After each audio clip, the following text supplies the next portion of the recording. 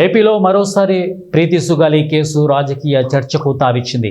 ఇటీవల కాలంలో ఈ కేసు విషయంలో కూటమి వర్సెస్ వైసీపీగా పొలిటికల్ వార్ నడిచింది.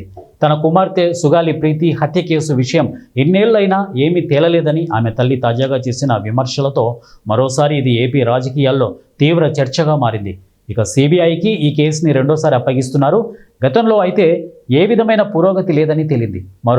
ఈసారి చూస్తే మరింత సీరియస్గా దర్యాప్తు సాగుతుందా అన్నదే చర్చగా ఉంది. అయితే ఆధారాలు అన్నవి పెద్దగా లేవు అని చెబుతున్న క్రమంలో సిబిఐ కనుక రంగంలోకి దిగితే మాత్రం ఎంతో కొంత ఆశావహ వాతావరణం ఈసారి ఉండవచ్చు అని అంటున్నారు.